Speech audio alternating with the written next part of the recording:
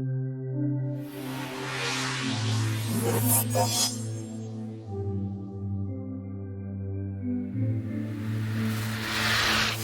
းလုံးပဲမင်္ဂလာပါ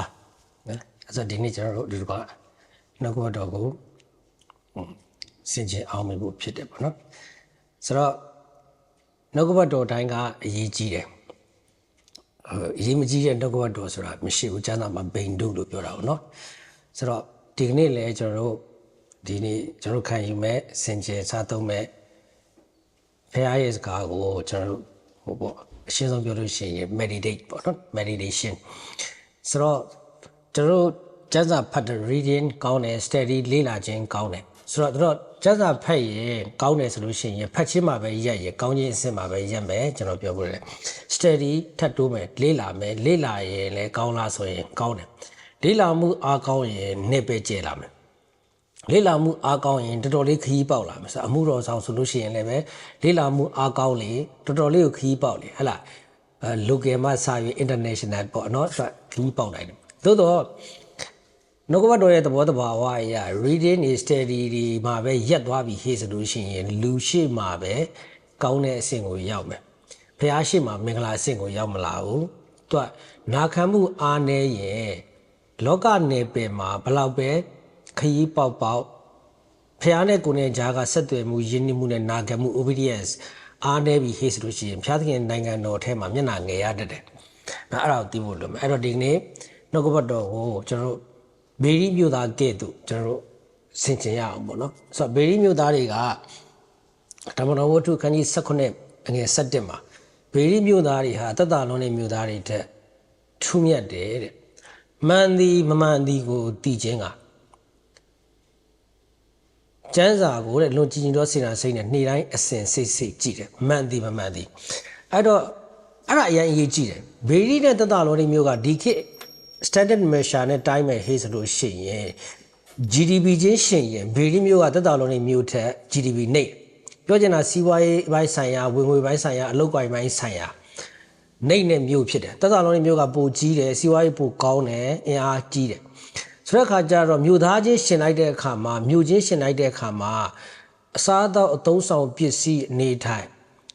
ကားဒီခေတ်စကားနဲ့ပြောတာပေါ့အဲ့ခေတ်ကကားတော့မရှိဘူးပေါ့လေနော်ကလပ်အုပ်ပေါ့လေနော်အဲ့တော့အသုံးဆောင်ပစ္စည်းအဝတ်စားပဲကြည့်မလားအများအားထူးခြားတာကတသက်လုံးမျိုးဖြစ်တယ်ဗေဒီမျိုးမဟုတ်ပါဘူး။ဘာကြောင့်ဒီခေတ်စကားနဲ့ပြောရင်တကယ်စီးပွားရေးကောင်းတာကတသက်လုံးမျိုးဖြစ်တယ်။အဲ့တော့အဲ့ဒီမျိုးရဲ့အိမ်တွေကြည့်မလားအဲ့ဒီမျိုးရဲ့အဆောက်အဦတွေကြည့်မလားအဲ့ဒီမျိုးရဲ့ကိုယ်ွယ်ဝတ်ပြုတဲ့နေရာတွေကိုကြည့်မလားဆိုတော့ဘေရီမြို့ထက်အားလုံးတာတယ်အဲဒီတစ်ခုပဲဘာပဲလဲဆိုတော့ဘေရီမြို့သားတွေရဲ့ spiritual နဲ့တသက်လုံးနဲ့မြို့သားတွေရဲ့ spiritual ဝိညာဉ်ရေးရာကိုရှင်ထိုးကြည့်လိုက်တဲ့အခါမှာကြတော့ဘေရီမြို့ကတာအဲ့တော့တမာတရားအရာတော့ဘာကိုပဲကြည့်လဲဆိုလို့ရှိရင်ဝိညာဉ်ရေးရာမှာ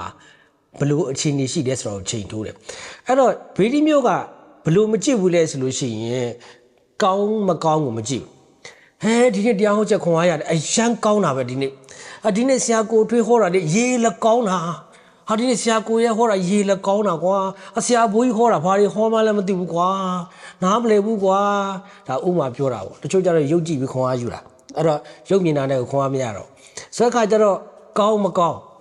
ညီကောင်မောင်တို့တခါတည်းပြောပြခြင်းနဲ့ကောင်းတယ်မကောင်းဘူးဆိုတာက feeling ခံစားချက်ဖြစ်တယ်မှန်တယ်မမှန်ဘူးဆိုတာ facts ဖြစ်တယ်ပြီးရင် truth ဖြစ်တယ်အဲ့ဒါကိုသိရအဲ့တော့ကျွန်တော်တို့ဝတ်သားစားလို့ကောင်းတယ်အဲ့ဒါ feeling ဒါပေမဲ့စားရင်မကောင်းဖြစ်တယ်ဆိုတာကတော့အဲ့ဒါက truth ဖြစ်တယ်အဲ့ဒါသိရတော့ပြန်ပြောချင်တယ်ငပိရေကျိုးကျွန်တော်တို့ဆိုလို့ရှိရင်ဟလာနော်ကျွန်တော်ထက်ပြောရတယ်ကိုဘာလူမျိုးမှမသိတော့ဒီကျွန်တော်တို့ဆိုရင်ကရင်တချမ်းဖြစ်တယ်ဟလာနော်အဲ့တော့ငပိရေကျိုးကြိုက်တယ်ဘာတော့ကျွန်တော်များတွေကလည်း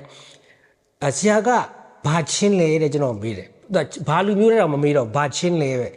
မင်းတက်ချင်းလားအဲ့လိုမျိုးမေးတယ်ပို့ဘာလူမျိုးလဲမေးလေကျွန်တော်အဲ့တော့ကျွန်တော်ကအဖေရဲ့အမေဗမာပါသို့တော့ကျွန်တော်ငပိရေကျိုးကြိုက်စားလို့ကောင်းတယ်ကောင်းလားဆိုရင်ကောင်းတယ်ဒါပေမဲ့အဲ့ကောင်သွေးလို့ကျမ်းမာရေးအတွက်မကောင်းဘူးအဲ့ဒါ true ဖြစ်တယ်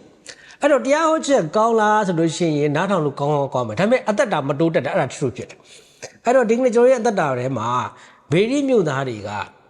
ဟာငါတို့ကြည်ညိုတဲ့ဆရာလာပြီငါတို့လေးစားတဲ့ဆရာလာပြီနာမည်ကြီးတဲ့ဆရာလာပြီ follower အများကြီးရှိတဲ့ဆရာလာပြီဆိုပြီးတော့မှကျမ်းစာပိတ်ပြီးတော့မှတရားဟောချက်နားထောင်တဲ့အမျိုးမဟုတ်ဘူးပြီးနားထောင်တဲ့အခါမှာလည်းမှန်တယ်မှန်တယ်ကိုသိချင်းကအဲ့တော့ဒီကနေ့ကျွန်တော်တို့ဇနီးမောင်နှံကဟိုကျွန်တော်မြန်မာပြည်မှာကိုဗစ်ဖြစ်တဲ့အချိန်နောက်ပိုင်းကနေစပြီးတော့မှဒါကျွန်တော်တို့မှမဟုတ်ဘူးတော့ကိုဗစ်ထိပြီးတဲ့လူတော်တော်များများဟာကိုဗစ်နောက်ပိုင်းမှာကျန်းမာရေးပိုင်းဆိုင်ရာမှာအနည်းငယ်ဘာဖြစ်လာလဲဆိုလို့ရှိရင်ထိခိုက်မှုရှိလာတယ်သွားတာအရ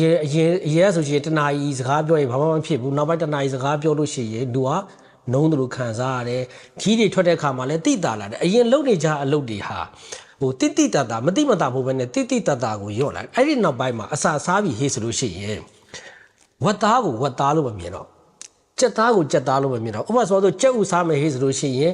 ကြက်ဥကိုကြက်ဥလို့မမြင်တော့ဘလို့စားလဲဆိုရှင်အကာဒီ protein ဖြစ်တယ်အနှစ်ဒီဘာဖြစ်တယ်အဲ့လိုမျိုးအုံးရည်တောက်မယ်ဟေးဆိုလို့ရှိရင်အုံးရည်ဒီ potassium ဖြစ်တယ်ကြောက်ကက်နဲ့တဲပါမလားစီးကြုံနဲ့တဲပါမလားအဲ့လိုစဉ်းစားရတယ်ငါတို့အုံးရည်တောက်ချင်တယ်ဆိုတာအထက်ငါတို့အထဲမှာဒီဓာတ်ဖြစ်ဖို့လိုတယ်အစာစားတဲ့ခါမှာအဲ့လိုပဲရွေးပြီးတော့မှကျွန်တော်တို့စားလာတော့တယ်ကိုယ့်ရဲ့အထဲမှာရှိတဲ့ဟာတဲ့တဲ့လားမတဲ့လားအခုဆိုရင်ကျွန်တော် coffee တောက်တယ်အရင်တော့ကျွန်တော်ထင်တာကဘာလဲဆိုရင် coffee တောက်ရင်ရင်တုံတယ်ဆိုတော့ကျွန်တော်ထင်တာအဲ့လိုထင်တာမဟုတ်ဘူးတဲ့ coffee တောက်လိုက်တဲ့အခါမှာတဲ့ကိုယ့်အထဲမှာရှိတဲ့ကျန်းမာရေးအခြေအနေကိုသိသွားတယ်ကော်ဖီကြောင့်ရင်တုံတာမဟုတ်ဘူးတဲ့ကိုကျမ်းမာရေးမကောင်းလို့ကော်ဖီတောက်လိုက်တဲ့ခါမှာရင်တုံတာကော်ဖီကရင်တုံစရာအကြောင်းမရှိဘူးကျမ်းမာရေးကောင်းတဲ့သူကကော်ဖီတောက်ရင်ကော်ဖီအစ်စ်ပေါ့နော်တောက်ရင်လည်းရင်တုံစရာအကြောင်းမရှိဘူးကော်ဖီတောက်လို့ရင်တုံပြီးဟေ့ဆိုရှင်ကိုယ့်ရဲ့နှလုံးကိုစစ်တော့ကိုယ့်ရဲ့ကျမ်းမာရေးကိုစစ်တော့အဲ့လိုမျိုးအိုးရည်ဒီကျမ်းမာရေးကောင်းတယ်တဲ့ဒါပေမဲ့အိုးရည်ကိုကြောက်ကက်သမားတောက်လို့မရဘူးစီးကျူသမားတောက်လို့မရဘူးအဲ့ဆိုရင်အိုးရည်တောက်ရင်ကြောက်ကက်ဖြစ်တာလားဆိုရင်မဟုတ်ဘူးကြောက်ကက်သမားကအိုးရည်တောက်လို့မရတာအိုးရည်ကပြဿနာမဟုတ်ဘူးကိုယ့်ရဲ့ကျမ်းမာရေးကပြဿနာအဲ့တော့အစာစားရင်တော့မှကျွန်တော်ကကြည့်လိုက်ပြီးဟေ့ဆိုချင်ငါမွေးငါစားခြင်းနဲ့ငါကြက်သားစားခြင်းနဲ့ငါအမဲသားစားခြင်းနဲ့ဆိုတာတဲ့အဲ့ဒီအထဲမှာအမဲသားရဲ့အထဲမှာပါဝင်တဲ့ဓာတ်တုဒီတရားဖြစ်ဗီတာမင်တော်ဒီတရားဖြစ်လူကိုဘာအကျိုးပြုစေလ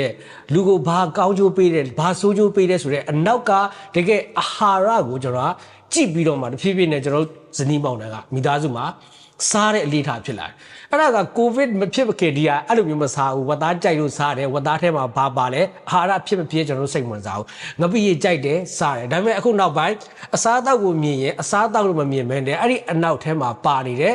့ပါဝင်နေတဲ့အာဟာရဖြစ်မဖြစ်ဆိုတဲ့ဟာကိုပဲကြည့်တတ်တော့တယ်အဲ့တော့ဒီနေ့ဘေရီမြို့သားတွေဟာအစားအသောက်ကိုဘယ်လိုစားလဲတော့ကျွန်တော်မသိပေမဲ့ဝိညာဉ်ရေးရမှာနှုတ်ကပတ်တော်ကိုနားထောင်ရင်ဘသူဟောတယ်လဲဘလောက်ကြောင်ဟောတယ်လဲဘလို့ခန္ဓာမှာဟောတယ်ဆိုတာအထက်အဲ့ဒီဟောကြားခြင်းအထက်မှာပါနေတဲ့တကယ်အာဟာရစစ်တီဟူသောတမာတရားဟုတ်မဟုတ်ကိုစစ်အဲ့ဒါကတကယ်ပဲပညာရှိဖြစ်တယ်ဟာလေလုယအဲ့တော့ဒီနေ့ကျွန်တော်တို့နှုတ်ကပတ်တော်ဟောတဲ့အခါမှာကျွန်တော်တို့ဒီဘက်အသင်းတော်မှာဆိုလို့ရှိရင်ရန်ကုန်ပါကျွန်တော်ဆရာဘူကြီးရှိမယ်ဆရာဇော်ကမန်ရှိမယ်ကျွန်တော်ရှိမယ်ပြီးလို့ရှိရင်ဆရာဆောင်အောင်လို့ရှိမယ်ဆရာမစာကပိုးလို့ရှိမယ်ဆရာမစစ်စေးလို့ရှိမယ်ဆရာမစန်ဒီလို့ရှိမယ်အဲ့တော့ဒီနေ့တချို့လူတွေကဒီနေ့ကျွန်တော်ဗာပြန်ကြားရလဲဆိုလို့ရှိရင်ဟာဟို Facebook မှာကြော်ညာပြီးဟေ့ဆိုလို့ရှိရင်လေဟိုဆရာလေးတွေဟိုဆရာမလေးတွေပုံတက်လာပြီးဟေ့ဆိုရင်ဘုရားเจ้าမလာခြင်းဘူးသူကဒီအသင်းတော်ကိုဥဆောင်တဲ့ဆရာကြီးတွေဆိုတာဆရာဘူကြီးပေါ့နော်သူကကြီးပါတယ်ဆိုတော့ဆရာဘူကြီးပေါ့နော်နာမည်ကလည်းဘူကြီးဒါပေမဲ့သူအိမ်မှာတော့သူကဟိုဘူကြီးဆိုတာကယာတုအနှိမ့်ဆုံးပဲသူ့အိမ်မှာကျန်တာဘူချုပ်တွေကြီးပဲအဲ့တော့ဆိုတဲ့ခါကျတော့ဆရာဘူကြီးပုံနေကျတော့ဟိုတနည်းကိုမရောက်သေးဘူးလာကျင်နေကြပြီဆရာစုံကမိုင်ပုံတက်လာပြီးဟေ့ဆိုရှင်စမ်းနေမရဘူးလာကျင်နေကြပြီဆရာကိုရဲ့ပုံလေးတက်လာပြီးဟေ့ဆိုလို့ရှိရင်လာပြီးရင်တော့မှဘုရားเจ้าကမပြန်ကျင်တော့ဘူးအဲ့လိုမျိုးအဲ့လိုဖြစ်လာခွန်အားရနေတာဘာမှတော့မခေါ်ရသေးဘူးသူတော့ဘာခေါ်မလဲဘာပြောနေလဲဆိုတာတဲ့သူကဘသူပြောမှာလဲဆိုတာနေလာတယ်အဲ့ဒီမှာဘေလိမြို့သားမပါဘူးဘေလိမြို့သားမပါဘူးရှင်ပေါလုဟောရင်လည်းပ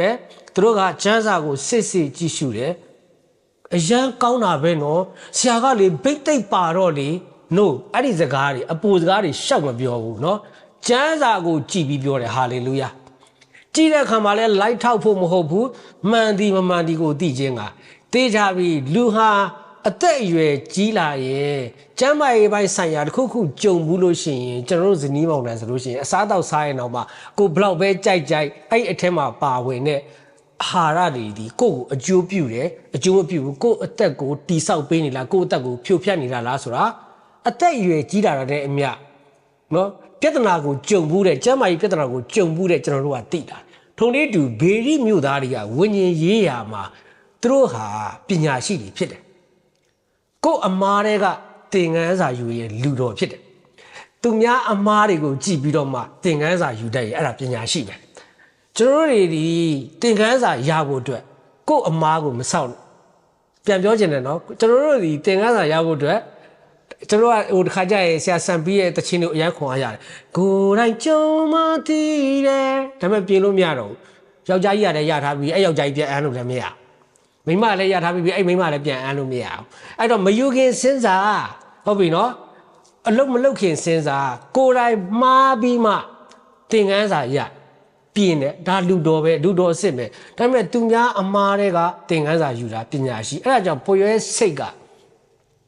အစားအစာတွေ့ရင်သူတယောက်တည်းမစားဘူးအားလုံးကိုပြောတယ်အားလုံးမျှစားတယ်ဒါပေမဲ့ပွေရဲစိတ်ကဒဏ်ရာတွေ့လို့ရှိရင်သူတယောက်ပဲတကောင်ပဲခံတယ်ကြံတဲ့သူတွေအားလုံးမင်းတို့ပါဝိုင်းခံဆိုပြီးမပြောဘူးကြံတဲ့သူအားလုံးကိုကြီးညာပေးတယ်ကြံတဲ့ပွေရဲစိတ်အားလုံးကအဲ့ဒီကြုံဘူးတဲ့ပွေရဲစိတ်ရဲ့စကားကိုနားထောင်တာနဲ့ပဲသူတို့ဟာအမားကိုကြုံဘူးစရာမလိုဘဲနဲ့တကယ်အရှိကလူရဲ့သင်ခန်းစာကိုတကယ်ပဲခံယူတဲ့အခါမှာသူတို့ကပညာရှိဖြစ်လာတယ်ဟာလေလုယာအဲဒါကြောင့်ပြောစိတ်ကိုပညာရှိလို့သုံးတာဖြစ်တယ်သင်ခန်းစာမှန်မှန်ကန်ကန်တန်ဖိုးကြီးတဲ့အရာရဖို့အတွက်ငါတို့ဒီကိုယ်တိုင်မှားကြဆိုမလုပ်ပါနဲ့ဒီကနေ့ကျမ်းစာထဲမှာအရှိရကနဦးအမဆရာကိုတွေ့အမြဲတမ်းပြောတယ်အဲ့ဒီလူတွေကကနဦးအမားတယ်သူတို့ရှိပါအဲ့လိုမားဘူးတဲ့သူတွေမရှိဘူးတဲ့အဲ့ဒါကြောင့်သူတို့ကကနဦးအမားသူတို့ကအဲ့ဒီအမားမျိုးနောက်တစ်ခါထပ်မမားဘူးတဲ့ဟောကျွန်တော်တို့ကြတော့ဟိုယောသက်နဲ့ဘာသာရှေဘဆိုလို့ရှိရင်တိတ်ခွန်အားရတာဘယ်အဲ့ဒီခေတ်ကယောသက်ကဘိတ်သိမ့်မှမရှိတာငါဆိုလို့အခုခေတ်ကကြတော့ဘာသာရှေဘပြေးရတဲ့ခေတ်ယောသက်ပြေးတဲ့ခေတ်မဟုတ်တော့သူကပြောင်းပြန်ဖြစ်နေပြီတမန်တရားကိုလည်းဟောတာနော်အဲ့တော့ဒီကနေ့ကျွန်တော်ရဲ့အသက်တာထဲမှာအမားတွေထဲကသင်ခန်းစာယူဖို့အတွက်ဖျားစကားတွေကနေပြီးတော့မှကျွန်တော်တို့အမျက်ယူခြင်းအဖြစ်ပညာရှိဖြစ်ဖို့ဖြစ်တယ်အဲ့တော့ဒီကနေ့ရှင်ရခရစ်ဝင်အခန်းကြီး၈ဖြစ်တယ်အဓိကဒီကနေ့ကျွန်တော်ဆင်ခြင်မှာရှင်ရခရစ်ဝင်အခန်းကြီး၈အငယ်32ဖြစ်တယ်တမန်တရားကိုလည်းသိကြသဖြင့်ထိုတရားသည်သင်တို့ကိုလွတ်လိမ့်မည်ဟုယုံကြည်သောယုဒလူတို့အားမိန့်တော်မူ၏အဲ့တော့ကျမ်းစာရဲ့သဘောတဘာဝအရကျွန်တော်ပြောချင်တယ်ဒီဘက်မှာတမာတရားကိုတိဆိုတဲ့စကားပါတယ်ဒီဘက်တစ်ဖက်မှာကျတော့ဘာရှိလဲဆိုရှင်ထိုတရားကတဲ့သင်တို့ကိုလွတ်လိမ့်ဟာအဲ့ဒါဆိုလို့ရှိရင်စစ်မှန်တဲ့လွတ်ခြင်းကတမာတရားမှာပဲရှိတယ်အဲ့ဒါလို့ရှိရင်ကျွန်တော်တို့တမာတရားမှာကျင်လည်တယ်ဟဲ့ဆိုရင်တမာတရားနာယဉ်နီးတယ်ဟဲ့ဆိုရင်တမာတရားကိုသိတယ်ဟဲ့ဆိုရင်လွတ်ကိုလွတ်ရဒါပေမဲ့မလွတ်ဘူးကျွန်တော်ကွာငါတို့နှုတ်ကပတ်တော်တွေခံယူတော့မလွတ်ဘူးမလွတ်ဘူးလားမသိလို့ပေါ့ရှင်းရှင်းလေးပဲဘာကြောင့်လဲလွတ်ခြင်းကတမာတရားကိုသိခြင်းနဲ့ပဲတွဲတယ်အဲဆိုရှင်မလွတ်ဘူးဆိုရင်အဲ့ကိုသိတာတမာတရားမဟုတ်လို့ပြန်ပြောမယ်နော်လွတ်ခြင်းကတမာတရားနဲ့ပဲတွဲတယ်တမာတရားသိပြီးမလွတ်ဘူးလို့ပြောရင်ကိုသိနေတာဘာမဟုတ်လို့လဲတမာတရားမဟုတ်လို့နဲ့အဲ့ဒါကိုသိရဆိုပါစို့ကျွန်တော်တို့မျက်လှည့်ပြတယ်မျက်လှည့်ပြတဲ့အခါမှာလူကိုနှစ်ပိုင်းဖြတ်လိုက်နှစ်ပိုင်းဖြတ်လိုက်တော့ခြေထောက်ပိုင်းကြီးကလှုပ်နေတယ်အဲ့ဒီခေါင်းပိုင်းကြီးကရှာထုတ်ပြလိုက်ပြောင်ပြလိုက်ရီပြလိုက်လှုပ်နေတယ်နှစ်ပိုင်းပြက်ရင်သေကိုသေရမသေဘဲနဲ့ပြောင်ပြနေရင်အဲ့ဒါနှစ်ပိုင်းမပြက်လို့ပဲအဲ့ဒါရိုးရိုးလေးပဲဟုတ်ပြီနော်အဲ့တော့ဒီကနေ့တမာတရားကိုသိရင်လွတ်ကိုလွတ်ရမယ်မလွတ်ဘူးဆိုရင်ရှင်းရှင်းလေးပဲတမာတရားကိုမသိလို့အဲ့တော့ဥမာသဘောတရားအဖြစ်ပြောလို့ရှိရင်ဣသရာဝိတ္ထုထဲမှာပါတဲ့အမျိုးသမီး2ယောက်ကြောင့်ပြောခြင်းတယောက်ကဝါရှတိရှင်းပြင်းခေါ်တယ်မလားမရမှန်ရင်ခေါ်ရင်လာရမယ်မိဖုရားမှန်ရင်ခေါ်ရင်လာရမယ်ခေါ်ရင်လာမယ်အဲ့ဒါလို့ရှိရင်ခေါ်တယ်မလာဘူးဆိုလို့ရှိရင်အဲ့ဒါမိဖုရားမဟုတ်လို့ရိုးလေးပဲနော်အဲ့ဒါလို့ရှိရင်သူ့မှာမိဖုရားအဆောင်အယောင်ရှိလားရှိတယ်မိဖုရားဝတ်လုံရှိလားရှိတယ်မိဖုရားနဲ့ပတ်သက်တဲ့အချွေရန်ရှိလားရှိတယ်အဲ့တော့ကျွန်တော်သဘောတရားလေးနည်းနည်းပြောချင်တယ်1နဲ့1ပေါင်းရင်2ရမယ်အဲ့ဒါဘာလဲသင်္ချာဗေဒဖြစ်တယ်1 + 1 = 2အဲ့ဒါသင်္ချာဖြစ်တယ် ဒါပေမဲ့တမာတရားက1 + 1 equal to 1ဟုတ်ပြီနော်ထိုသူနှစ်ယောက်တို့သည်တသားတကူဒီဖြစ်ကြသူနဲ့ကိုနဲ့ပေါင်းရင်နှစ်ဖြစ်နေအဲ့ဒါသင်္ချာအကျိုးစီးပွားရပေါင်းတယ်လို့ခေါ်တယ်သူနဲ့ကိုနဲ့ပေါင်းပြီးတော့မှတစ်မဖြစ်ဘူးဆိုလို့ရှိရင်အဲ့ဒါသင်္ချာဇနီးတဲ့နဲ့ကိုနဲ့တစ်မဖြစ်ဘူးဆိုလို့ရှိရင်အဲ့ဒါသင်္ချာဟုတ်ပြီနော်သင်္ချာနီးရပေါင်းတာအဲ့ဒါတမာတရားနဲ့ပေါင်းတာမဟုတ်ဘူးသူတလန်းကိုတလန်းဆိုလို့ရှိရင်အဲ့ဒါသူနဲ့ကိုနဲ့သင်္ချာနီးနဲ့ပေါင်းနေတာအသင်းတော်လို့ပြောလို့ရှိရင်တလုံးတော်ရတယ်ရိုးလေးပြောမယ်ကောင်းကင်ဘုံ၌တရားငါခေါ်မှပြောတယ်ကောင်းကင်ဘုံ၌ခမည်းတော်တစ်ပါးနှုတ်ကပတ်တော်တစ်ပါးတန်ရှင်းသောဝိညာဉ်တော်တစ်ပါးအဲ့ဆိုရှင်1 + 1 + 1 equal to 3အဲ့ဒါသင်္ချာ1 + 1 + 1 equal to 1အဲ့ဒါဒီနှုတ်ကပတ်တော်ဖြစ်တယ်ဟာလေလုယာအဲ့တော့တမာတရားရဲ့ပေါင်းခြင်းနဲ့သင်္ချာရဲ့ပေါင်းခြင်းကိုကျွန်တော်ရောနှောလို့မရဘူးအဲ့တော့ဒီနေ့သင်္ချာဆိုတာက1နဲ့1ပေါင်းရင်နှစ်သင်္ချာနည်းနဲ့ပေါင်းတာအကျိုးနဲ့ပေါင်းတာစီးပွားတွက်ပြီးပေါင်းတာဖြစ်တယ်အဲ့တော့ဒီကနေ့ကျွန်တော်တို့သမီးစားတယောက်နဲ့တယောက်တွက်ပြီးပေါင်းလို့ရှိရင်အဲ့ဒါတမာတရားမဟုတ်ဘူးအသင်းတော်ကိုတွက်ပြီးတော့မှအမှုတော်ကိုတွက်ပြီးတော့မှအလုပ်လုပ်ရင်အဲ့ဒါတမာတရားမဟုတ်ဘူးအဲ့တော့ဖရာတဲ့တမာတရားကတော့ရှင်းရှင်းလေးပဲသူက1နဲ့1ပေါင်းရင်တဲ့ဟုတ်ပြီနော်1နဲ့1ပေါင်းရင်ဘာရလဲ1ပဲရတယ်ထိုသူနဲ့ကိုယ်နဲ့ကိုမိဘကိုစွန့်ပြီးကိုခင်မွန်းနိုင်ပြီးဝဲရင်ဘာဖြစ်လဲထိုသူနှစ်ယောက်တို့သည်တသားတကူဒီဖြစ်တယ်အဲ့ဒါကတမာတရားရဲ့1တင်ချာရဲ့1မဟုတ်ဘူးအဲ့တော့ကျွန်တော်တို့ကတမာတရားရဲ့1ကိုတင်ချာ1နဲ့ခံယူတဲ့အခါကျတော့ကျွန်တော်တို့ကဘယ်လိုတွေဖြစ်လဲ1နဲ့1ပေါင်းရင်2 1နဲ့1ပေါင်းရင်2တခါကြလို့ရှိရင်ဘယ်သူနဲ့မှမပေါင်းကိုတယောက်တည်းကို2ဖြစ်နေတာဘုရားကျောင်းသွားဖို့အဝတ်စားထုတ်ထားတာတစ်ခုသွားလဲသွားပြီးဝတ်သွားတာတစ်ခုဟုတ်ပြီနော်တချို့ဆိုပို့ဆိုးတာကကိုထွက်လာတော့ကသွားမဲ့အကြောင်းတစ်ခုပြီးလဲပြောစိတ်ထဲမှာအဲ့ဒီတေးဥဆရာကတော်ရဲ့ဇနီးမျက်နှာကိုမြင်ပြီးတော့မှကြည့်မြလို့နောက်တစ်ကြောင်းပြောင်းသွားနော်အဲ့တော့တချို့ကသူများတဲ့ပေါင်းလို့နှစ်ဖြစ်တာမဟုတ်ဘူးကိုတယောက်တည်းတောင်မှနှစ်အခုတစ်မျိုးတော်ကြတစ်မျိုးကိုဖြစ်နေတာနော်အဲ့တော့ဒီကနေ့တမာတရားကိုသိရင်ဘာဖြစ်ရမလဲလွတ်ကိုလွတ်ရမယ်အဲ့တော့ဒီကနေ့ရှင်ဘုရင်အာရွှေရုကဝါရှတိကိုမိဖုရားလို့ခေါ်တယ်မိဖုရားလို့ခေါ်တယ်အဲ့တော့အဲ့ဆိုမိဖုရားမှန်ရင်ခေါ်ရင်လာမယ်လေဒါပေမဲ့မလာကျမ်းစာထဲမှာအံ့ဩဖို့ကောင်းတယ်တကယ်အင်ပါရာကိုကြီးစိုးတဲ့နော်ဘာဘူးလုံးကိုတိမ့်ပိုက်ထားတဲ့တိုင်းပြည်129ပြည်ကိုအုပ်ဆိုးတဲ့ရှင်ဘုရင်အာရွှေကြီးကိုနိုးလို့ပြောရတဲ့သူမရှိသို့တော့အဲ့ဒီဝါရှတိကနိုးလို့ပြောတာနော်နိုးလို့ပြောတာရှင်ဘုရင်ခေါ်တာကိုမလာပဲတဲ့နေရဲတဲ့သူဖြစ်တယ်အဲ့ဣသရာဝတ္ထုကလည်းထူကြတယ်ရှင်ဘုရင်ခေါ်တာကိုမလာပဲတဲ့နေရတဲ့သူရှင်ဘုရင်မခေါ်ပဲနဲ့လာရတဲ့သူကအဲ့ကျမ်းစာတအုပ်ထဲမှာပါတယ်အဲ့ကျမ်းစာတစ်စောင်ထဲမှာပါတယ်ဖယားဆိုတဲ့အတုံးလုံးမပါပဲနဲ့နော်ရှင်ဘုရင်ခေါ်တာကိုမလာပဲနဲ့နေရတဲ့သူညင်းတာဒါပြီးရှင်ဘုရင်ပေးတာကိုမယူတဲ့သူအဲ့ကျမ်းစာထဲမှာပါတယ်နိုင်ငံတော်ကပြီးတာမယူနို့ဒါဆိုလို့ရှိရင်ဒါလောကနဲ့လောကစည်းစိမ်ဘုံစည်းစိမ်ကိုပေးတာကိုညင်းတာဘာလို့လဲယေရှုခရစ်တော်ဖြစ်တယ်အဲ့တော့အာရွှေရုကဝါရှတိကိုသူကချစ်ခင်မျက်နှိုးပြီးတော့မှအဲ့ဒီတိုင်းပြည်ကိုတိမ့်ပိုက်ခဲ့တာမဟုတ်ဘူးချစ်ခင်မျက်နှိုးပြီးတော့မှဝါရှတိကိုစိတ်ချတီးခံပြီးတော့မှဧဒရာတုံးကလို့တစ်နှစ်စောင့်ခဲ့တာမဟုတ်ဘူးဧဒရာတုံးကဒီသူတို့သမီးတွေအတွက်ရှင်ဘုရင်အာရွှေရုကတစ်နှစ်စောင့်ရတယ်သူတို့အလှပြင်ချိန်တစ်နှစ်စောင့်ရတယ်ပြင်ဆင်ချိန်တစ်နှစ်စောင့်ရတယ်အဲ့တော့အဲ့ဒီအတွက်ကိုတစ်နှစ်အချိန်ပေးရတယ်ရှင်ဘုရင်ဆိုတာကချက်ချင်းလိုချင်တဲ့အမျိုးနော်ချက်ချင်းလက်နက်ရှိတဲ့ power ရှိတယ်ဒါပေမဲ့ဒီသူတို့သမီးတွေအတွက်ကြတော့ तू တစ်နှစ်စောင့်ရတယ်ဒါပေမဲ့ဝါရှတိတုံးကကြတော့ तू စောင့်ပြီးတော့မှပြင်ဆင်ပြီးတော့မှ तू တိမ့်ပိုက်ခဲ့လက်ထပ်ခဲ့တဲ့အမျိုးသမီးမဟုတ်ဘူးဒီဘာဘူးလုံကိုတိုက်တုံးကဘာဘူးလုံဆစ်ရှုံးတော့ပါလာတဲ့ဘုရင်သမီးဖြစ်တယ်ဝါရှတိဆိုတာကတိုက်ရပါပစ္စည်းဖြစ်တယ်ဝါရှတိအတွက်နဲ့တိုက်ပွဲဆင်ခဲ့တာမဟုတ်ဘူးတိုက်ပွဲတိုက်ရင်းနဲ့ပစ္စည်းတွေသေးရင်းနဲ့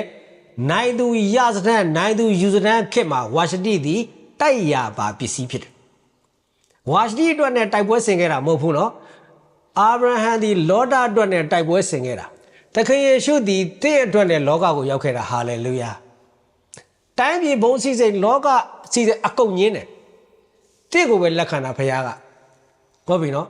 သို့တော့ဝါရှတိအတွက်ကကြတော့ဘာဖြစ်လဲဆိုရင်သူ့ရဲ့လင်သူ့ရဲ့ခင်ပွန်းဆိုတဲ့သူကသူ့ကိုချစ်လို့ဒီတိုက်ပွဲဆင်ခဲ့တာမျိုးမဟုတ်ဘဲနဲ့တိုက်ပွဲဆင်ရင်နဲ့တိုင်းပြည်ကိုတိတ်ပတ်ရင်နဲ့သူ့ကိုတခါတည်းတိုက်ရပါပစ္စည်းအနေနဲ့သိမ်းထားတာဖြစ်တယ်အဲ့တော့မိဖုရားအဆောင်ရောင်တွေရှိတယ်မိဖုရားအစင်ရင်တွေရှိတယ်အဲ့ဆိုရှင်မိဖုရားဆိုလို့ရှိရင်ဒီနေ့အဖြစ်မရပဲကိုခင်ဘုန်းကို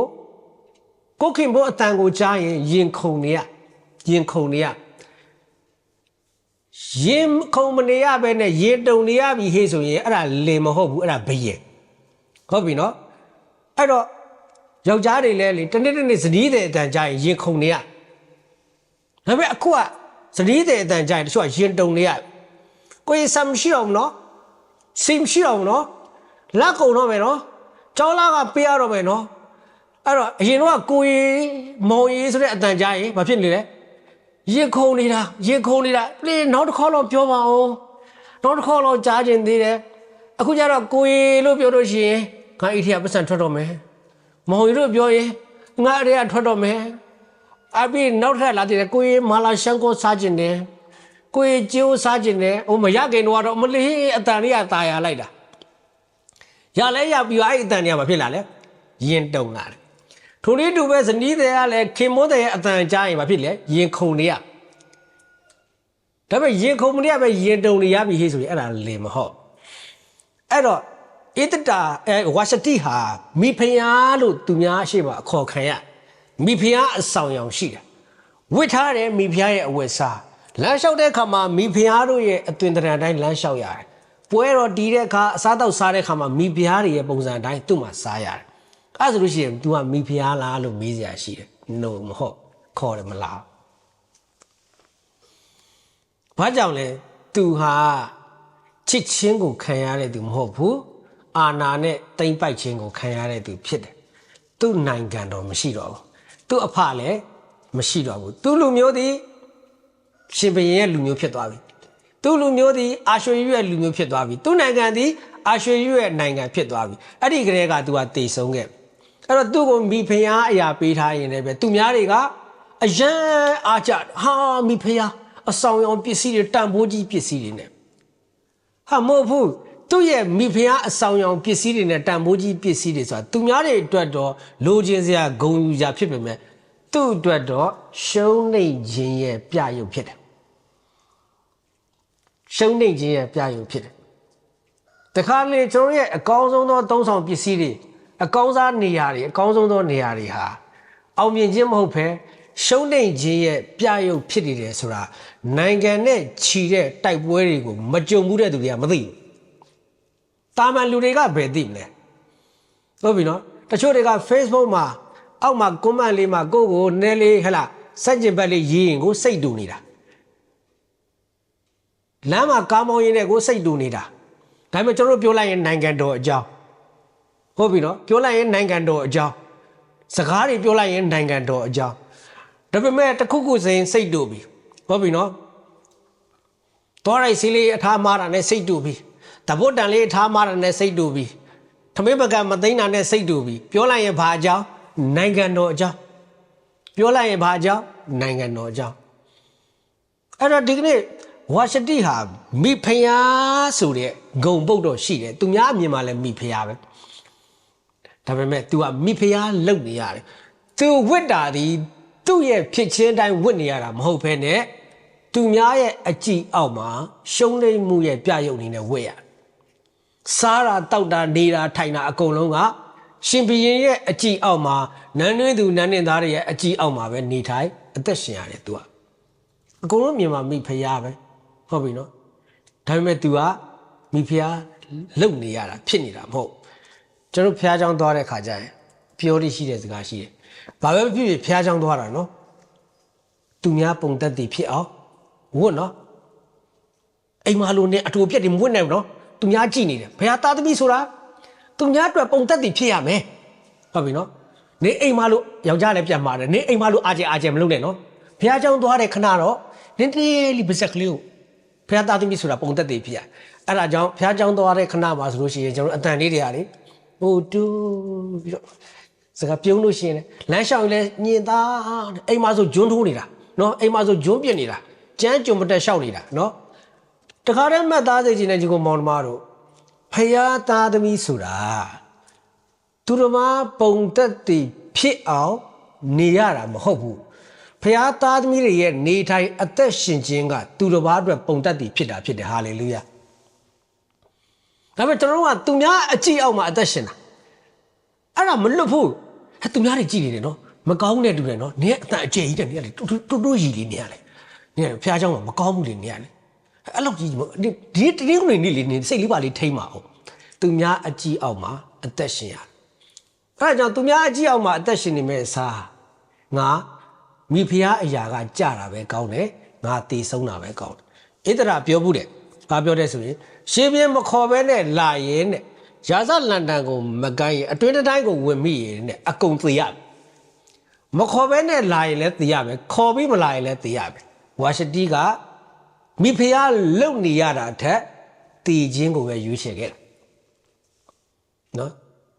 အဲ့တော့ဒီကနေ့မိဖုရားမှန်ရင်ဣသရာဒီမိဖုရားအစ်စ်ဖြစ်တယ်မခေါ်ပဲနဲ့ဝင်တယ်မသေးဘူးတင်းညက်တရားအရာသိရမယ်ဒါပေမဲ့မသေးဘူးဘာကြောင့်လဲဣသရာဒီမိဖုရားအစ်စ်ဖြစ်ခဲ့လို့ဖြစ်တယ်အဲ့တော့ဒီနေ့ပြန်ပြောမယ်တမာတရားမှန်ရင်ဘာဖြစ်ရမလဲလွတ်ကိုလွတ်ရအဲ့ဒါလို့ရှိရင်ကျွန်တော်တို့မလွတ်ဘူးဟဲ့ဆိုရင်ကျွန်တော်မလွတ်တခြားလို့မပြောနဲ့ဇနီးမောင်နဲ့ချင်းတော့မလွတ်ဇနီးမောင်နဲ့ချင်းတော့မှပြိုင်တာလေးတွေစိုင်တာလေးတွေရှိတယ်ပြိုင်စရာမရှားရင်မနေ့ကကူနဲ့ဒီနေ့ကူနဲ့ပြိုင်ငါပုံနုလာလားမသိပူရင်သွားလားမသိခင်မွန်းတဲ့နဲ့ပြိုင်တယ်ကျန်းစာဖတ်ပြိုင်တယ်ဟိုဟာပြိုင်တယ်ဒီဟာပြိုင်တယ်မလွတ်ဘူးကျန်းစာတွေပူတိလာတယ်အဲ့ဆိုတမာတရားတိတာကျန်းစာတိတာကိုပြောတာလားလို့မေးစရာရှိတယ်တေချာတာကတမာတရားကိုလည်းတိကြတစ်ဖြစ်ထိုတရားသည်သင်တို့ကိုလွတ်လိမ့်မယ် You will know the truth will set you free ကျမ်းစာအတိုင်းပဲတောင်းတယ်အဲ့တော့အခုကျွန်တော်တို့မာနကနေမလွတ်ဘူးချီနှောင်ခြင်းကနေမလွတ်ဘူးအေးခရတို့နင်ကဒီနေ့မနက်ရှမာရင်ဇုံးဝင်လာအောင်မယ်ရှမာရင်ဇုံးဝင်ပြီးတာနဲ့နင်နဲ့ငါနဲ့တွေ့မယ်နော်ခဏတော့ငါဖျားရှိခိုးလာအောင်မယ်နော်ဆရာကြီးနဲ့လည်းနော်ဆရာကြီးရှိမှမကောင်းဘူးနော်အဲ့လိုကိစ္စလည်းရှိတယ်ငါစန်းတေးဖျားချောင်းသွားလိုက်အောင်မယ်ဒီအပတ်နော်ဒီအပတ်ငါပါဝဲစရာရှိတော့အေးပြီးနင်နဲ့ငါနဲ့တွေ့မလွတ်ဘူးတရားဟောချက်နားထောင်တယ်လွတ်ချင်းတရားကိုနားထောင်ပြီးတော့မှချီနှောင်ခြင်းနေနဲ့နေချခြင်းတရားကိုနားထောင်ပြီးတော့မှမာနကြီးခြင်းနေနဲ့ကျွဲဝါခြင်းအကြောင်းကိုနားထောင်ပြီးတော့မှဟာလားကျွန်တော်ရဲ့အသက်ကချို့တဲ့ခြင်းနေနဲ့ဖြစ်တယ်အဲ့တော့လုကာ18မှာသခင်ယေရှုထံကိုအရာရှိငယ်တယောက်ရောက်လာတယ်ထာဝရအသက်ကိုရအတော့ငါအဘယ်သို့ပြုရမနည်းစလာတဲ့မေးတဲ့စကားအတိတ်ပဲအရန်ရှိတယ်ထာဝရအသက်တောင်ပြောမြောက်ပြောရှောက်ပြောတာမဟုတ်ဘူးနော်လာကလေးကထာဝရအသက်ကျမ်းမာခြင်းအကြောင်းလည်းမပြောဘူးအောင်မြင်ခြင်းအကြောင်းလည်းမပြောဘူးဗိသိက်အကြောင်းလည်းမပြောဘူးအရာရှိငယ်ဥစ္စာလည်းရတတ်တယ်ဆိုတော့ပညာရှိတာပေါ့မေးတဲ့မေးခွန်းကကောင်းလိုက်တဲ့မေးခွန်းထာဝရအသက်အံ့ဩစရာကြီးပဲဒီအဖြစ်ပြက်ရဲ့အဆုံးမှာသူဟာလွတ်မြောက်ခြင်းမရတော့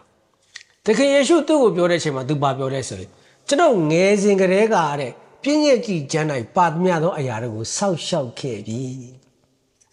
ပြည့်ညက်ကြီးကျမ်းတွေအကုန်သိတယ်သူကစောက်လဲစောက်ရှောက်တယ်ဒါပေမဲ့အံ့ဩစရာကြီးမလွတ်ဘူးအဲဆိုရှင်တမာတရားကိုသိတယ်ဆိုတာကျမ်းစာသိတာကိုပြောတာလားမေးစရာရှိတယ်ဆရာရဲ့ကျွန်တော်10ခေါက်တောင်ဖတ်ပြီးသွားပြီကျွန်တော်ဒီ12ခေါက်တောင်ဖတ်ပြီးသွားပြီနင်တော်မှာ10ခေါက်ပဲရှိသေးတယ်ကျွန်တော်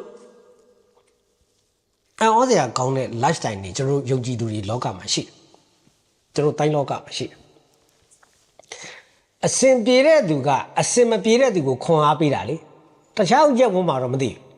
ကျွန်တော်ခရိယန်လောကမှာရှိတာကျမ်းမာရေးကောင်းတဲ့သူကကျမ်းမာရေးမကောင်းတဲ့သူကိုတွေ့ရင်ဟဲနေဖျားရှိခွေရလားကျက်ဆောင်ဖတ်ရလားဟမ်နေပုံမှန်စုမတောင်းတဲ့သူတွေစုလေးပါလေးတောင်းလို့ဖျားလေးပါလေးရှစ်ခိုးအောင်တော့ ဘာကြောင့်လဲ तू ကကျမ်းမာရေးကောင်းပြီးဟိုလူကကျမ်းမာရေးမကောင်းတော့အဲ့တော့ကိုယ့်လောက်အစမပြေဘူးလေဆိုရင်တစ်ထစ်ချ90ရာခိုင်နှုန်းသောယုံကြည်သူတွေကတတ်မှတ်လိုက်တဲ့ဟာဘာလဲဆိုလို့ရှိရင်ဖျားနဲ့မမှန်လို့ကိုယ့်လောက်ဖျားနဲ့မမှန်လို့ကိုကငွေကြေးအဆင်ပြေပြီး तू ကအဆင်မပြေဘူးလေဆိုလို့ရှိရင်အဲ့ဒီမှာအဆင်ပြေတဲ့သူကဆရာကြီးလုပ်ပြီးအဲ့ဒါအထူးသဖြင့်ကျွန်တော်တို့မြန်မာနိုင်ငံမှာဆိုလို့ရှိရင်အဲ့တထေးဆိုတဲ့လူတွေပို့ဆိုးတယ်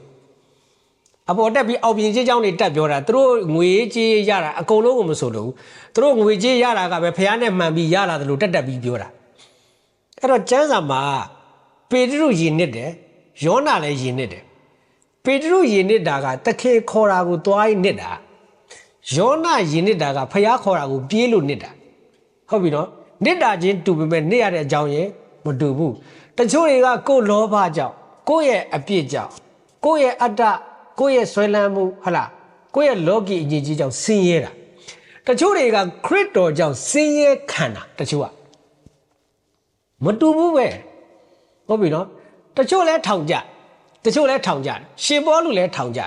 တချို့ကကိုယ်အပြစ်ကြောင့်ထောင်ကြကျမ်းစာမှာကြည့်လိုက်ကားတိုင်းပေါ်ကနော်လူဘာပြောလဲဆိုရင်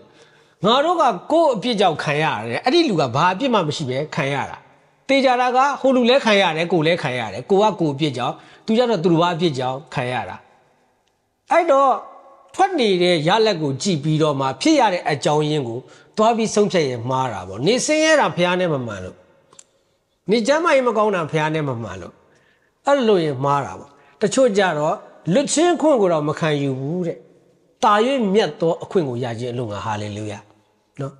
အဲ့တော့ဒီကနေ့သူတစ်ပါးထက်ကျမ်းစာတွေပူတိတာကောင်းလားလို့မေးရင်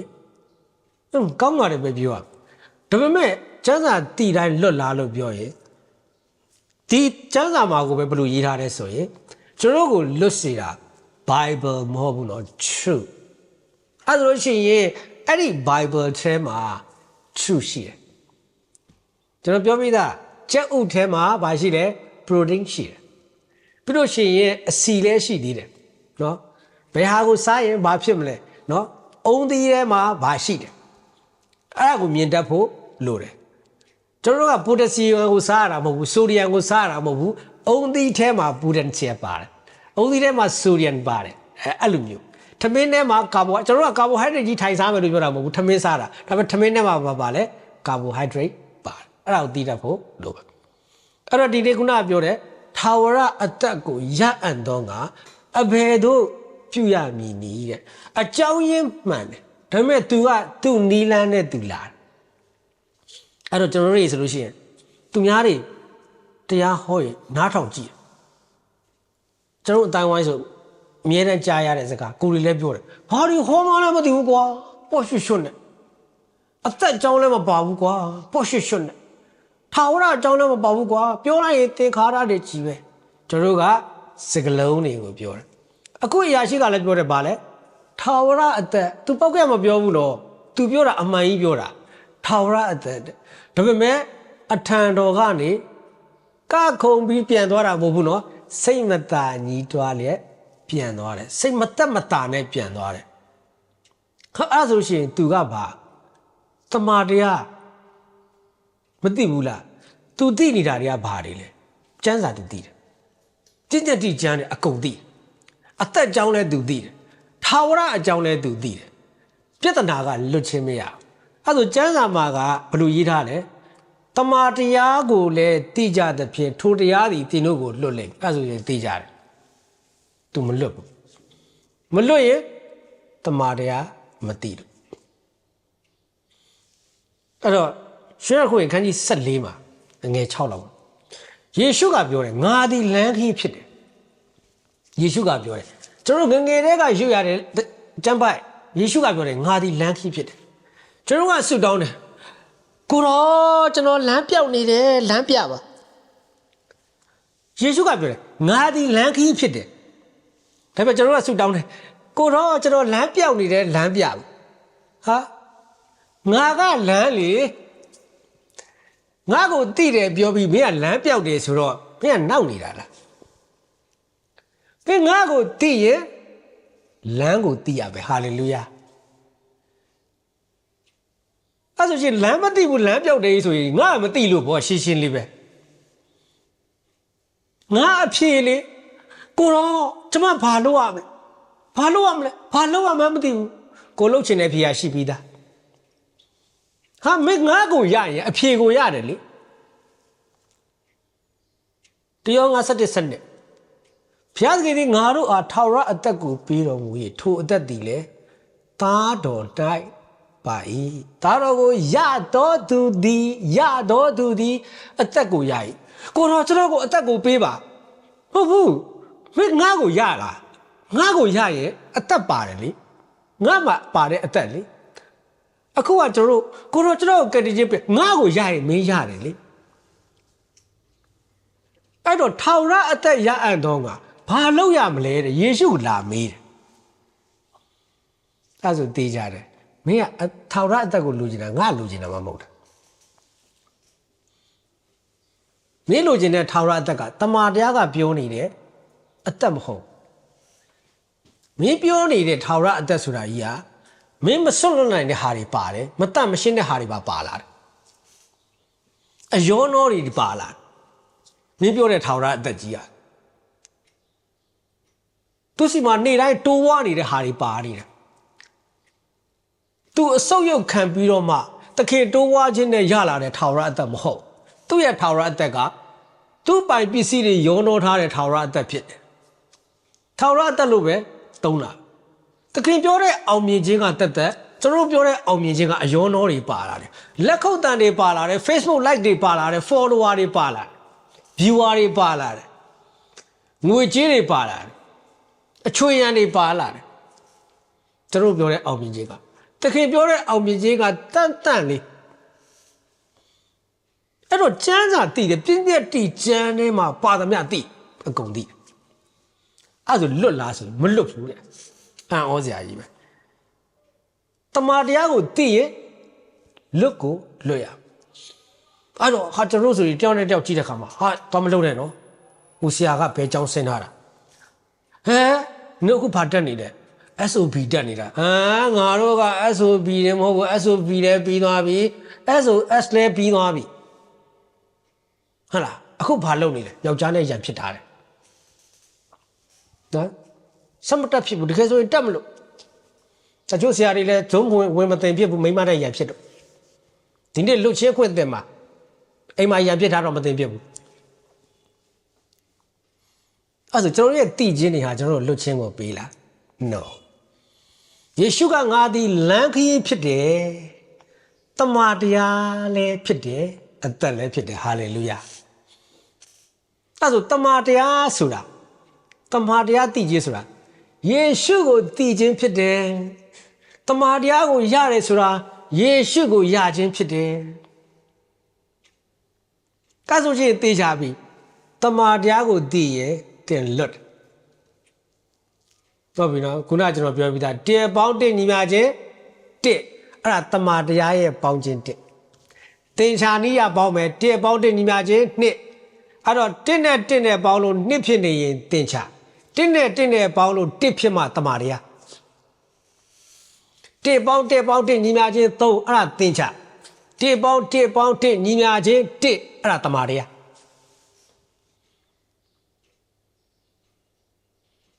သူနဲ့ကိုယ်နဲ့ပေါင်းလို့ယုံကြည်သူချင်းချင်းပေါင်းလို့နှစ်ဖြစ်တယ်ဟဲ့ဆိုရင်အဲ့ဒါသင်္ချအကျိုးစီးပွားနဲ့ပေါင်းတာပြန်ခွဲလိုက်တစ်ပဲ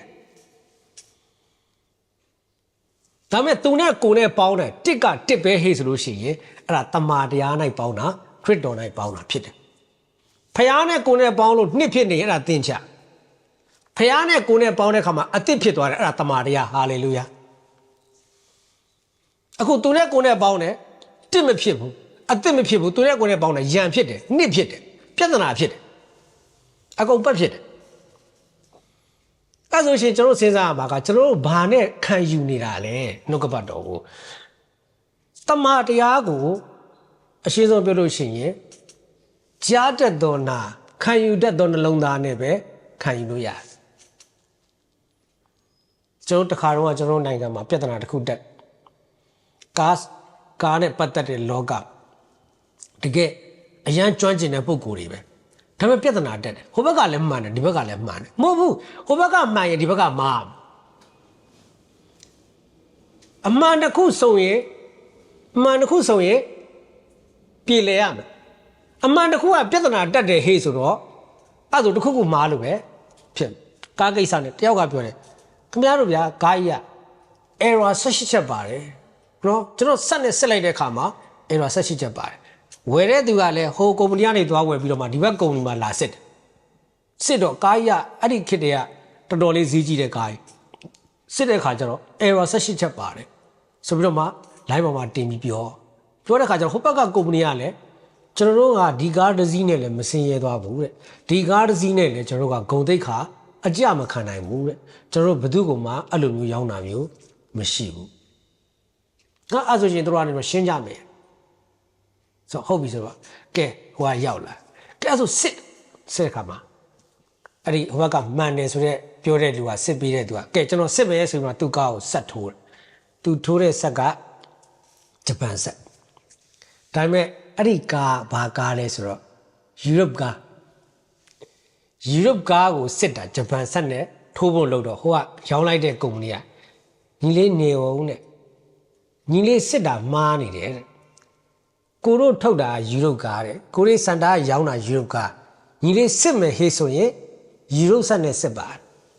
ယူရိုကားကိုဂျပန်ဆက်နဲ့စစ်ရင်ဘယ်လောက်ပဲကောင်း error ပဲတက်လိမ့်မယ်ကျန်းစာကိုတင်ချာလိုမျိုးကြည့်ရင်ဘယ်တော့မှလွတ်ချင်းမရ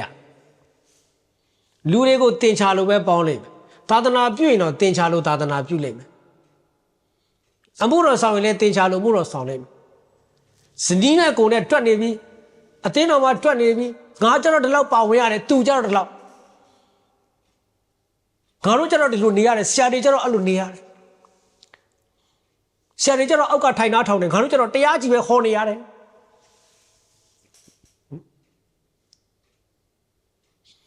ငါတို့မြန်မာပြည်ဘက်ကပဲ praise and worship ဥဆောင်နေရတယ် US ကဦးလေးပါလေးဆောင်ပါအောင်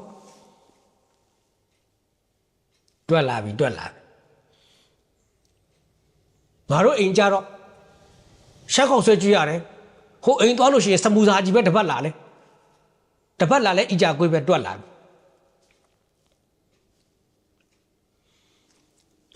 ီဟေ့ဆိုရင်အဲ့ဒါတင်ချာတမာတရားမဟုတ်ဘူးငါဘယ်မှာအမှုတော်ဆောင်ရင်ကောင်းမလဲဘာပဲဖြစ်ဖြစ်ဘုရားသခင်ရဲ့ကျေးဇူးတော်ကြောင့်ကိုတော်ကျွန်တော်ကိုပို့ဆောင်ပါโอเคဆရာမပက်စီယာကိုသွားပို့ဆရာမပက်ဆိုတာဟို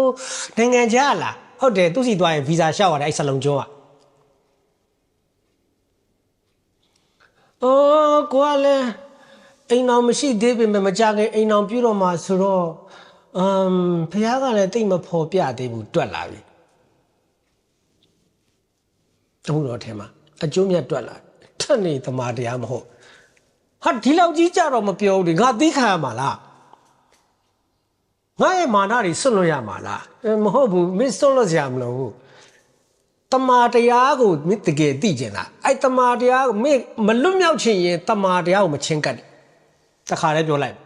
တမာတရားကိုတကယ်သိရင်ယေရှုကိုတကယ်ရရင်တဲ့လွတ်တော့အချီနောင်ကလည်းလွတ်တယ်သူများအကြည့်အောက်ကလည်းလွတ်တယ်ဟဲ့ငါဒီလိုမဝင့်ရင်သူများငါ့ကိုအထင်များသေးမလားငါတို့ဖះเจ้าကဒီလောက်လူမရှိလို့ရှိရင်ငါတို့အသင်းတော်ကိုသူများအထင်သေးမလား sorry ပဲအဲ့ဒီအကြည့်တွေကနေလွတ်သွားတယ်ဒါပေမဲ့လွတ်သွားပြီးတော့မှbreak ပေါက်သွားတာကိုပြောတာမဟုတ်ဘူးเนาะ unstoppable ဆိုတာဟုတ်ပြီเนาะတချို့လွတ်တာ break ပေါက်သွားတာစွတ်လွတ်တာเนาะဒါပေမဲ့သူများရဲ့အကြည့်နဲ့ရှင်သန်ခြင်းကနေပြည့်ညတ်တရားရဲ့အချီနှောင်ကနေလွတ်သွားသူများကိုကြည့်တဲ့အခါမှာလဲတင်ချာနည်းနဲ့မကြည့်တော့ဘူးခရစ်တော်ရဲ့နှလုံးသားနဲ့ပဲကြည်တက်လာတယ်ဟာလေလုယာအဲ့ဒါတမန်တရားရဲ့လွတ်ခြင်းဖြစ်တယ်အဲ့တော့ဒုတိယအရာရှိတယောက်လာတယ်လူက16မှာစက်ခဲအရက်ပူပါတယ်တမန်တရားကိုလည်းသိကြသဖြင့်တင်းတို့ဒီအရက်ပူခြင်းမှာလွတ်လိမ့်မပြောဘူးယေရှုနဲ့တွေ့တယ်တလက်မရှိလာတဲ့တော့ဇက်ခဲဘယ်နဲ့တလက်မရှိရမလဲဇက်ခဲအရက်ပဲယေရှုကိုရတယ်အသားမဲတာပဲဖြူမလားဘူးယေရှုကိုရတယ်ရုပ်ဆိုးတာပဲဘာဖြစ်လို့ယေရှုကိုရတော့လေ ကိုဖေးကလူကိုပြောလိုက်ပါအောင်ဒီနေ့တင်ချောနေတယ်ပြောချင်တာကမနေတော့ကနေဘာရောမှမပေါ့ဘူးလို့ပြောတာဟုတ်လားအဲ့တော့ကျွန်တော်ပြပြမယ်တမာတရားရဲ့လွတ်ချင်းဆိုတာအဲ့ဒါမဟုတ်ဘူးဇက်ခဲကယေရှုကိုမြင်ကျင်တယ်ဇက်ခဲကယေရှုကိုမြင်ကျင်တယ်ဇက်ခဲကအရှိအရာရှိတော့အတိမရှိအရှိအရာရှိကစလာတဲ့ပါလေထာဝရအသက်နဲ့လာတာလူက18ကဇက်ခဲကျတော့မဟုတ်တာလေသူ့အသက်အရွယ်ကြီးနဲ့မထော်မနှမ်းတွေရှောက်ပြီးတစ်ပင်ပေါ်တက်ကြည်အောင်ဘာတွေရှောက်လုံနေတာလဲသူ့လာမပြောနဲ့မထော်မနှမ်းလဲလာမပြောနဲ့ငါဘာလုံနေလဲငါသိငါယေရှုကိုမြင်ခြင်းတယ်ဒါပဲယေရှုကိုမြင်ဖို့ဆိုရင်တစ်ပင်ပေါ်တက်ရရင်တက်ရဓာတ်တိုင်ပေါ်တက်ရင်လည်းငါတက်မှာပဲဟုတ်ပြီနော်အယူတို့ပြောခြင်းလည်းပြောငါမြင်ခြင်းတာဟုတ်ငါအတွက်နေရာတွေကပြဿနာမဟုတ်ဘူးအပင်ပေါ်ကဆင်းဆိုရင်လည်းပြဿနာမရှိဘူးတက်ဆိုရင်လည်းပြဿနာမရှိဘူးအဓိကယေရှုကိုမြင်ရဖို့ဖြစ်တယ်ဒါပေမဲ့တော်သေးတယ်ကျွန်တော်တို့အတင်းတော်မှာလည်းဇက်ခဲမျိုးတွေရှိလို့ကျွန်တော်က3တက်တက်ရတယ်နော်3တက်တက်ရတော့အပေါ်ရောက်လို့ရှိရင်နှုတ်မဆက်နိုင်ဘူးကျွန်တော်အရင်ဆုံးတို့မှအမောဖြေနေရတယ်ဟောဟဲအသက်ကြီးပြီလို့လည်းပြောကန်ထိမှကြတော့ချက်ချင်းပြုံးပြတော့အမောတဲ့ကနေပြုံးပြတော့မျက်နှာမဲ့တယ်လို့ဖြစ်နေအဲ့ဒါဒီကြားထဲမိတ်ကလူထားသေးတယ်ချွေးရထွက်ခေါ်တာပြီးရောအဲ့ဒါနော်အဲ့တော့ဇက်ခဲကထာဝရအကြောင်းလည်းမပြောဘူးအသက်အကြောင်းလည်းမပြောအဲ့တော့ထာဝရအကြောင်းတွေအသက်အကြောင်းတွေကမားနေတယ်လို့ပြောတာမဟုတ်ဘူးနော်အဲ့တော့ယေရှုကိုမြင်ကျင်တယ်သူကအကုန်လုံးကသူ့ထက်မြင့်သူကသူများထက်ပို့အကုန်လုံးကသူ့လိုငါလိုတွေကြီးပဲယေရှုကိုမြင်ရလဲပြဿနာမရှိဘူးမမြင်ရလဲပြဿနာမရှိယေရှုတို့အိမ်လာလဲပြဿနာမရှိဘူးမလာလဲပြဿနာမရှိဇက်ခဲကအဲ့လိုမျိုးမဟုတ်မြင်ချင်တယ်ဘလို့မြင်ချင်တယ်မြင်ရမှဖြစ်မယ်အဲ့ဒါကြောင့်မမြင်ရဘူးဆိုပြီးလက်မပြန်တော့ဘူးမြင်ရတဲ့တစ်ပင်ပေါ်တက်တယ်ဘယ်နေရာကကြည့်ရင်မြင်ရကျွန်တော်ဖျားရှိခိုးကြမယ်ငါတို့ဇုံးဝင်ကြဝင်လဲဖြစ်တယ်မဝင်လဲဖြစ်တယ်တချို့ကကျတော့ဝင်ရမှဖြစ်တယ်တနည်းကလေးဖျားเจ้าတက်မယ်မိသားရတော့ဖွဲ့ကြမယ်ဖွဲ့ရင်လည်းဖြစ်တယ်မဖွဲ့ရင်လည်းဖြစ်တယ်ဖျားเจ้าတော့ရပါတယ်အစီရတော့ဟဲ့မတော်လည်းရပါတယ်ဟဲ့အစီပဲငါတို့ဂျေရှုအဗန်ပွဲလေးကြည့်ကြတာပေါ့မန်ယူပွဲလေးမန်ယူရှုံးသွားတယ်မန်ယူကြောင့်မပြောတော့နော်မတော်ရင်လည်းဖြစ်တယ်သွားရင်လည်းဖြစ်တယ်ယေရှုကိုမြင်ရင်လည်းဖြစ်တယ်မမြင်ရင်လည်းဖြစ်တယ်ပြောချင်တာ priority ထဲမှာမပါဘူး major ထဲမှာမပါဘူး minor case အဲ့ဒီလူအုပ်ကြီးကတပြုံကြီးပဲယေရှုကိုကြည့်နေတာဒါပေမဲ့သူတို့အားလုံးကယေရှုကိုကြည့်နေပေမဲ့သူတို့အတွက်ယေရှုဒီ minor ဇက်ခဲကယေရှုကိုမမြင်ရဘူးဒါပေမဲ့ဇက်ခဲအတွက်ယေရှုဒီ major ဖြစ်တယ် hallelujah မမြင်ရတယ်ကျွန်တော်ဖျားရှိခိုးတယ်တခါတနာကြီးနော်ရှောလို့ဖျားရှိခိုးတယ်ဒါပေမဲ့ဖျားသည်သူ့အတွက် major ထဲမှာမပါဘူး minor ဖြစ်တယ်တဲ့ကိုခန်းခန်းနာနာနဲ့လေဟာလားကျူစုနေတိုင်းတဲ့ကိုတခါတနာနဲ့ဟလားအလုပ်တွေလုပ်နေတိုင်း major နေရာမှာထားမယ်ထင်မှားတယ်နော်အဲ့တော့ဇက်ခဲကယေရှုကိုမမြင်ရဘူးသို့တော့မြင်မှဖြစ်လူတွေအားလုံးယေရှုကိုမြင်တယ်မမြင်လဲရတယ်သူတို့အိမ်ကိုမလာရင်လဲရတချို့ကလာမှာတော့ကြောက်သေးတယ်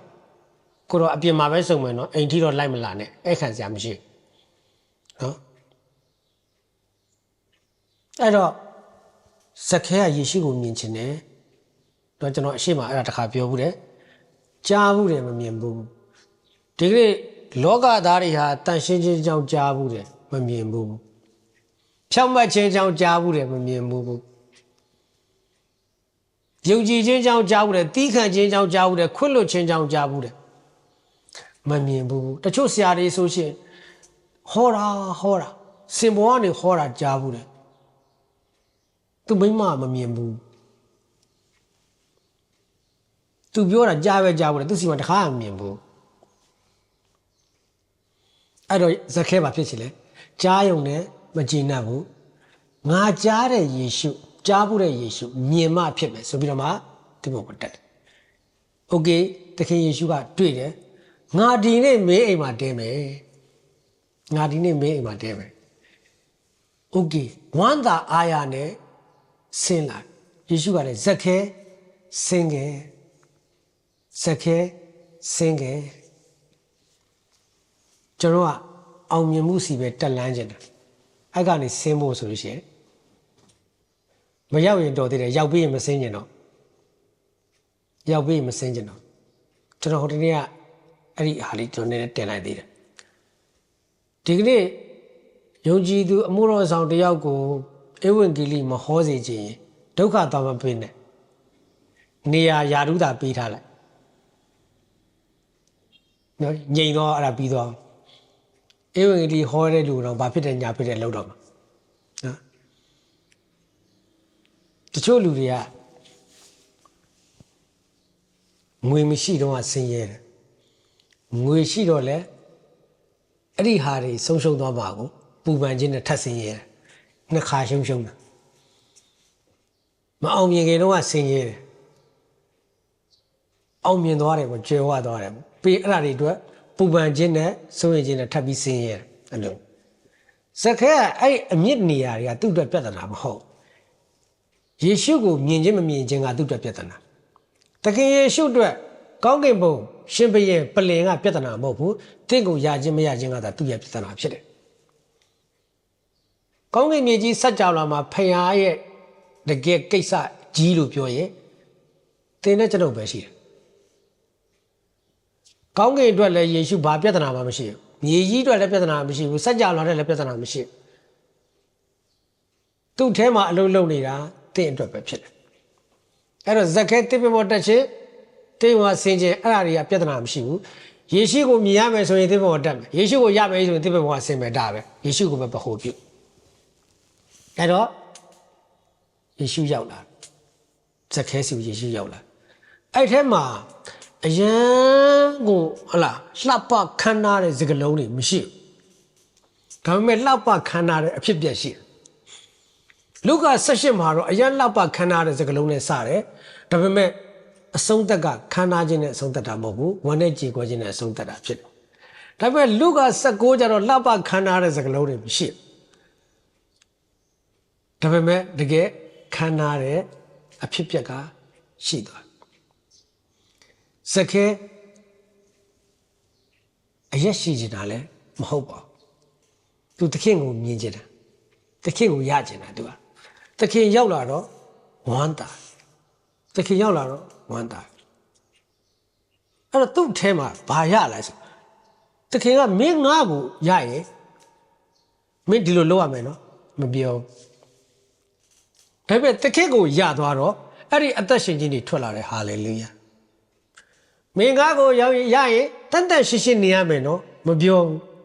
ဒါပေမဲ့တခေတ်ကိုရတော့တန်ရှင်းတဲ့ lifestyle ထွက်လာမင်းဘုရားသားသူပဲကွာမင်းနှိတ်ချပေါ့ကွာဘုရားသားသူပဲကွာမင်းမာနမကြီးနဲ့ပေါ့ကွာတခေတ်မပြောပါဘူးဒါပေမဲ့ယေရှုကိုလည်းရလဲရကောအဲ့မာနဘယ်ရောက်သွားလဲမသိထောင်လွှားခြင်းတွေကဘယ်ရောက်သွားမှမသိအရင်တော့ကခွတ်လွတ်ဖို့မနှဲပြောနေရဒါပေမဲ့ခွတ်လွတ်ဖို့စဉ်းစားတာတဲ့ယေရှုကိုရသွားတဲ့အခါမှာ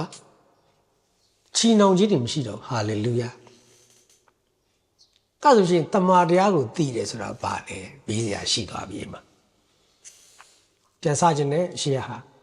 ယောဟန်8ခန်းကြီး30ခန်းကြီး8ငယ်30နဲ့တမန်တရားကိုလည်းသိကြတဲ့ဖြင့်ထိုတရားသည်တင်တို့ကိုလွတ်လိမ့်မည်တမန်တရားကိုသိရင်လွတ်ကိုလွတ်တယ်မလွတ်ရင်တင်တကယ်မသိလို့အခုကျွန်တော်မလွတ်သေးဘူးလားကျွန်တော်မသိလို့ပဲရိုးလေးပဲစက်ခဲလွတ်သွားတယ်ဟောအောက်ခြေလွတ်သွားတာမဟုတ်ဘူးနော်မင်းယူထားတယ်ပြန်ပေးမပြောပါဘူးဘန်ကအမတိုးလာတာယော့သွားလားလေးစားယော့သွားတယ်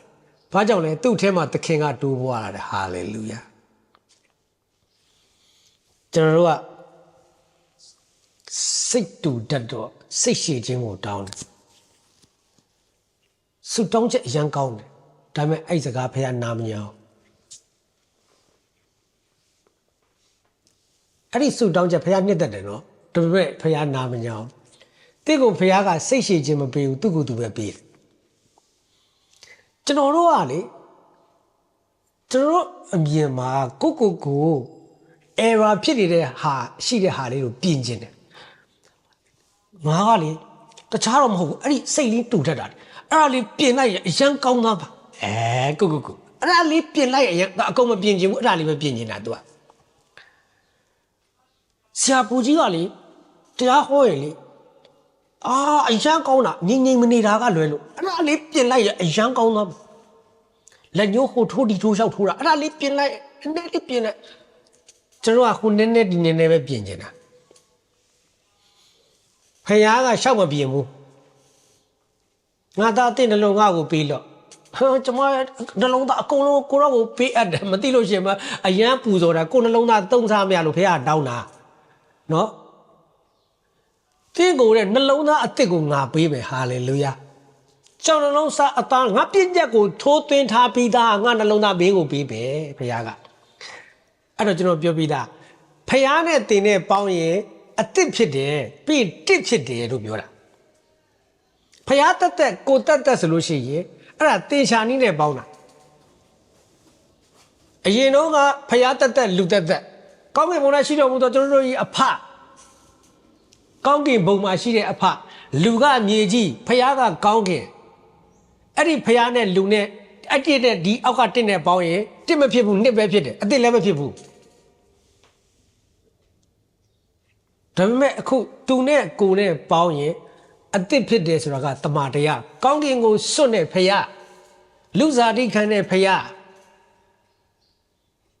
သူ့အတွက်ကိုအသက်ရှင်နေရတာမဟုတ်ဘဲနဲ့သူ့အသက်နဲ့တင့်ကိုရှင်ပေးတဲ့ဖယားဟာလေလုယာနော်အဲ့တော့ဒီကနေ့တမန်တရားကိုသိရင်လွတ်တယ်ကျွန်တော်ပြန်ဆင်ခြင်းငါဟိုကတော့လွတ်ပြီးဟိုတော့မလွတ်ဘူးအဲ့ဒါလေးနည်းနည်းကြံသေးတယ်အဲ့ဒါလေးဆွတ်သွားမယ်လို့မဟုတ်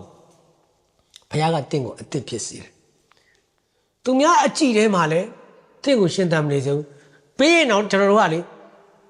ပေးလူပြီးဟေ့ဆိုရင်တော့မှဟဲ့ဟိုဘက်အိမ်ကဘယ်လောက်ပေးလဲဟိုဘက်အိမ်ကဘယ်လောက်ပေးလဲသူတို့ကဒေါ်လာ100သူတို့ထနေလို့တော့မဖြစ်ဘူးလေ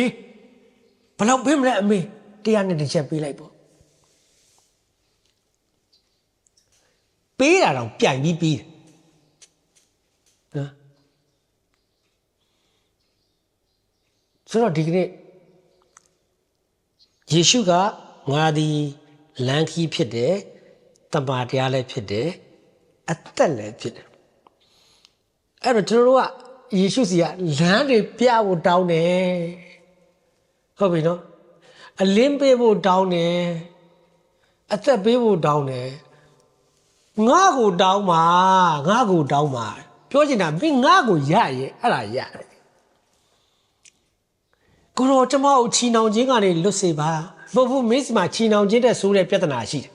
ကျွန်တော်ထင်တာကသူများကိုခွင့်မလွတ်တတ်တာကပဲကျွန်တော်ရဲ့ပြဿနာလို့ထင်တာကျွန်တော်ကလေအဲ့ဒါကလူသိလို့သာ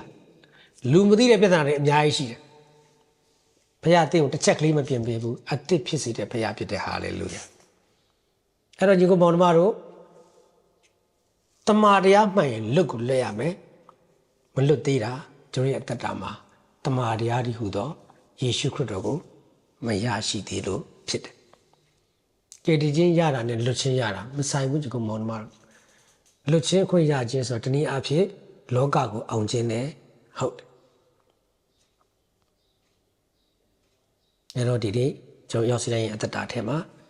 ကျမ်းစာတွေတည်တာကောင်းတယ်ကျွန်တော်အခုနေရာဒေသအချိန်တွေမတူကြပါဘူးလူမျိုးတွေလည်းမတူကြပါဘူးဒီနေ့ဒီနေရာမှာတစ်ချိန်နဲ့တစ်ဖြစ်နေရခြင်းကတမန်တရားကြောင့်ဖြစ်တဲ့ဟာလေလုယာဣသရေလ12နွယ်လူမျိုး12နွယ်ပေါင်းမှာဣသရေလဆိုတဲ့တစ်ဖြစ်တာအဲ့ဒီထဲမှာတနွယ်ကိုထုတ်ပြီးတော့မှတခြားလူမျိုးတစ်မျိုးလာထည့်ပြီးပေါင်းအဲ့ဒါတစ်မဟုတ်အဲ့တော့ဒီနေ့ယေရှုခရစ်တော်ကိုဗဟိုပြုပြီးတော့မှအတူတကွစားသုံးခြင်းထဲမှာတလုံးဝဖြစ်ခြင်းတစ်ကအဲ့ဒါတမန်တရားရဲ့အခြေခံဖြစ်တယ်တမန်တရားရဲ့အနှစ်သာရလည်းဖြစ်တယ် တမာတရားကိုတည်ခြင်းတနည်းအားဖြင့်ခရစ်တော်ကိုယခြင်းရဲ့ဗဟိုချက်လည်းဖြစ်တယ်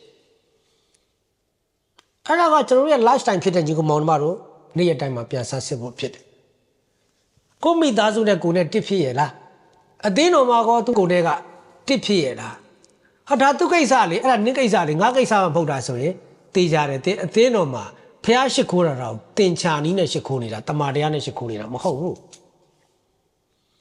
ဘူပေါင်းတော်အောင်းတိုင်းအင်္ဂါကြီးဆိုတော့တယောက်ထိရအကုန်တာမဟုတ်ဘူးလား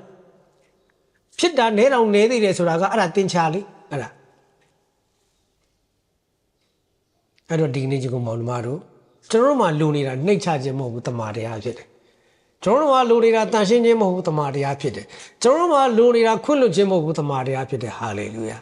အဲကြောင့်ကျွန်တော်အရောက်စီတိုင်းတမာတရားဒီဟူသောယေရှုခရစ်တော်ကိုအပိုင်ရယူခြင်းအဖြစ်စစ်မှန်တဲ့လွတ်ခြင်းကိုရစေဖို့တော့ဝေငှခြင်းနဲ့အရောက်စီတိုင်းနှုတ်တော်တော်ပြပြရှင်စကားပြောပါစေ